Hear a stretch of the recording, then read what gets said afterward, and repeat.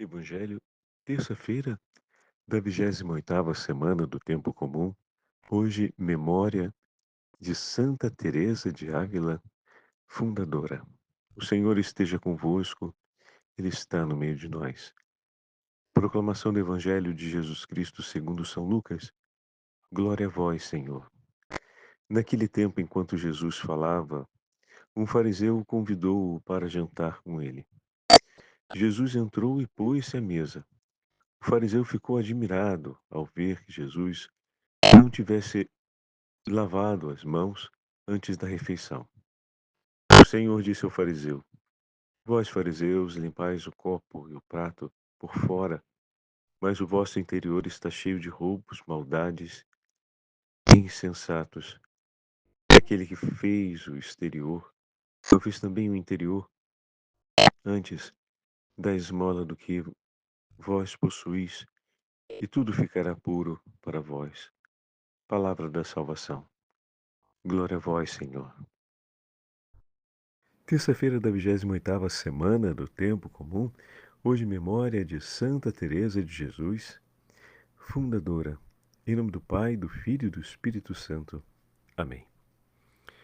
Queridos irmãos e irmãs, hoje a Santa Liturgia nos entrega a continuação do 11º capítulo do Evangelho de São Lucas, juntamente com a memória de Santa Teresa de Jesus, ou Santa Teresa de Ávila, fundadora da Ordem dos Carmelitas Descalços, reformadora da Ordem do Carmelo, e que nos entregou o grande tesouro da família carmelitana descalça para a história da Igreja.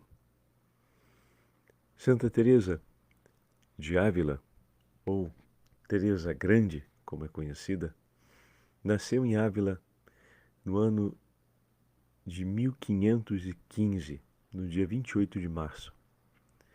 Depois da morte do irmão mais velho, em 1524, numa batalha, e da perda da mãe, foi estudar no mosteiro das Augustinianas de Nossa Senhora das Graças, onde passou por uma primeira crise existencial.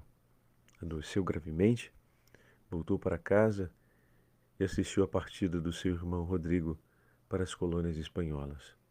Bom, aqui já vemos quantos momentos difíceis marcaram a história da vida de Santa Teresa de Ávila e como Santa Teresa foi sendo conduzida pelo Senhor à compreensão de um amor maior que tomasse conta de toda a sua vida.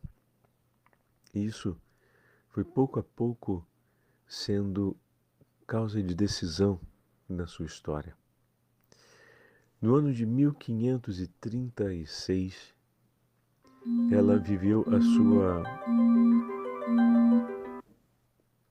chamada Grande Crise e decidiu entrar para o Mosteiro das Carmelitas da Encarnação, na cidade de Ávila. Apesar de seu pai não o ter permitido, Teresa fugiu de casa, foi acolhida pelas monjas e fez os votos o dia 3 de novembro de 1537. Teresa nasceu em uma família nobre. Era uma jovem muito bela e inteligente. Lutou contra as suas contradições interiores a vida inteira, contra as mentiras e hipocrisias que alguém poderia trazer consigo na sua vida espiritual.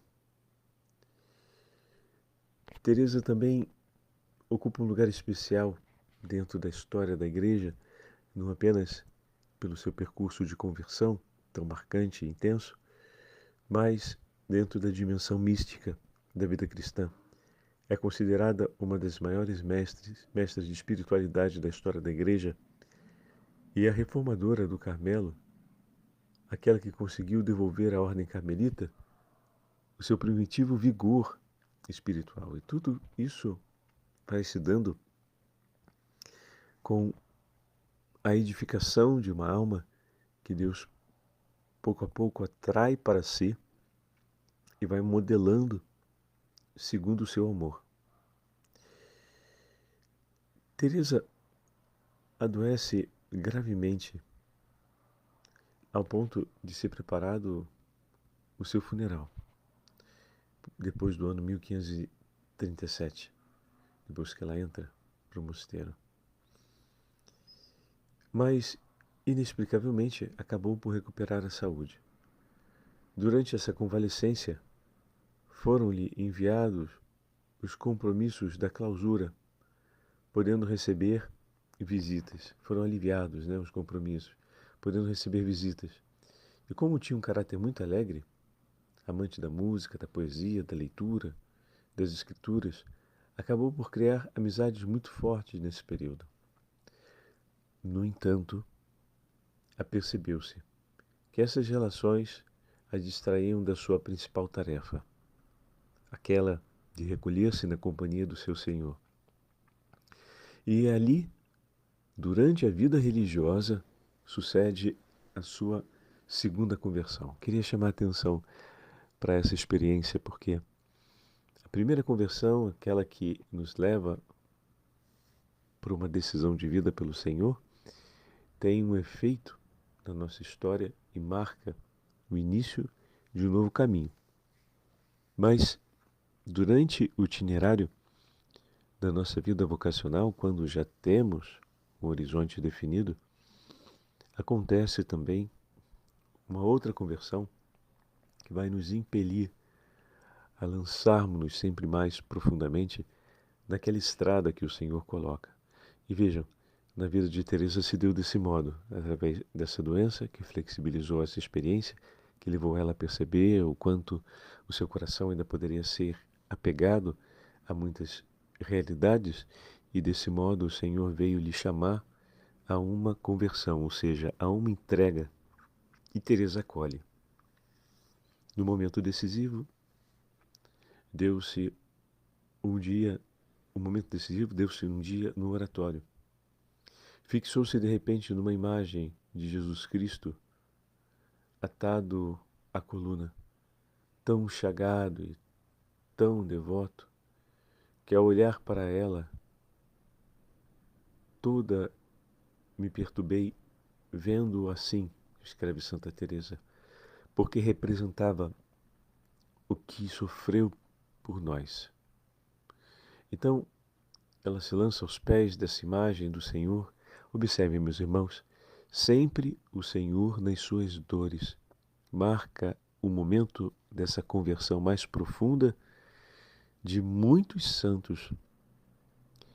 Como meditar a paixão de nosso Senhor e aproximarmos-nos dos sofrimentos de Jesus realmente nos leva a uma experiência mais intensa e mais profunda de comunhão com o Senhor. Então, Teresa diz que lançou-se com lágrimas aos pés do Senhor, com grande derramamento de lágrimas, vai escrever ela, suplicando-lhe que lhe fortalecesse logo de uma vez e para sempre, a fim de que ela não mais se separasse dele por nenhuma razão. Essa visão, as visões e êxtases representam um capítulo à parte na vida de Teresa de Ávila, pois o Senhor lhe concedeu em vários momentos. A pedido do seu bispo, ela escreveu a autobiografia, que vai ser intitulada Livro da Vida, e no outro texto descreveu as manifestações divinas, visões e auditivas. A essas manifestações correspondeu um grande crescimento espiritual descrito nos textos místicos. Mas nem todos a compreendiam, e dessa forma, Teresa chegou a ser vítima de ilusões diabólicas e de ações do inimigo. Mas o jesuíta Francisco de Borja, o grande São Francisco de Borja, e um franciscano que nós conhecemos bem, São Pedro de Alcântara, a ajudaram-na e puseram fim às dúvidas dos seus acusadores. Então, Teresa não só foi vítima das confusões que o demônio tentou fazer, mas de outras pessoas que, não compreendendo, tentaram persegui-la. E foi São Francisco Borgia e jesuíta e São Pedro de Alcântara, que foram diretores espirituais e acompanhadores de Santa Teresa de Ávila em momentos importantes, aqueles seus defensores, né? E mais uma vez volto a dizer, olha como é bonita a igreja, porque no período de um grande santo, o Senhor chamou tantos outros que passaram na vida uns dos outros para serem bálsamo de Deus e ao mesmo tempo fortaleza para conduzir, né, o percurso vocacional. Em 1567, Teresa finalmente conhece São João da Cruz, jovem estudante em Salamanca, recém-ordenado sacerdote, que recebeu o hábito dos descalços e acompanha agora a fundadora nas suas viagens. Juntos, eles superaram vários acontecimentos dolorosos, entre os quais as divisões internas da ordem e até acusações de heresia feitas contra Santa Teresa, que vai ser levada ao Tribunal da Inquisição para que seus escritos e sua fala seja avaliada para compreender se separava ou não do ensinamento da Igreja. E, como é óbvio, tudo era pertinente. Nada e em nada se separava daquilo que a Igreja ensinava. Apesar de todas essas situações, Teresa conseguiu que a ordem dos carmelitas e dos carmelitas descalços fossem reformadas. É chamada Teresa Grande, como falamos no início, pela sua grandeza de mulher. Teresa, sem a graça de Deus, é uma pobre mulher. Com a graça de Deus, é uma graça. Em 1970, o Papa Paulo VI, São Paulo VI, vai proclamar Teresa doutora da Igreja. Tal como Santa Catarina de Sena, pela sua profunda mística e espiritualidade. Foram as duas principais mulheres a quem se reconheceu esta qualidade por via dos méritos dos escritos doutrinários que deixaram. Muitas das obras de Teresa de Ávila continuam a ser lidas e a produzir abundantes frutos espirituais, como, por exemplo, O Caminho de Perfeição, O Castelo Interior, O Livro da Vida, Pensamentos sobre o Amor a Deus, são alguns desses títulos. A incansável, apesar da fragilidade de sua saúde, Teresa de Ávila faleceu em Alba de Tormes, no ano de 1582, durante uma de suas viagens. Ela foi canonizada no ano de 1622 pelo Papa Gregório XV. Veja, queridos irmãos e irmãs, que grande tesouro espiritual a vida de Santa Teresa nos entrega. E hoje o Evangelho nos fala do ensinamento do Senhor que nos leva à compreensão do amor ao próximo. O Senhor vai advertir os fariseus diante da intervenção que um deles faz relacionada à conduta de Jesus, para que eles compreendam que é chegado o tempo, vamos colocar assim, daquela segunda conversão, daquela passagem a uma entrega maior de si mesmo por amor ao Senhor. Vós, fariseus, limpais o copo e o prato por fora, mas o vosso interior ainda está cheio de roubos e maldades. Essa palavra do Senhor deveria despertar aqueles que já abraçaram o compromisso de seguir a Deus a um compromisso maior de deixar-se modelar por Ele. São Bernardino de Sena, escrevendo sobre esse texto na instrução, nós estamos falando do 1380, 1400, mais ou menos, quando São Bernardino escreve, mas para ser mais exato, entre 1400 e 1444.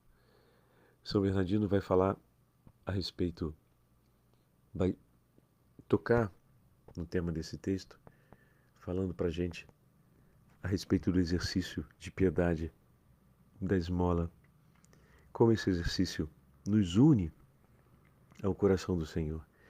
Então poderemos pegar essa passagem iluminada pela vida de Santa Teresa de Ávila e compreendermos com a palavra de São Bernardino o modo como o Senhor nos chama ao exercício de uma segunda conversão.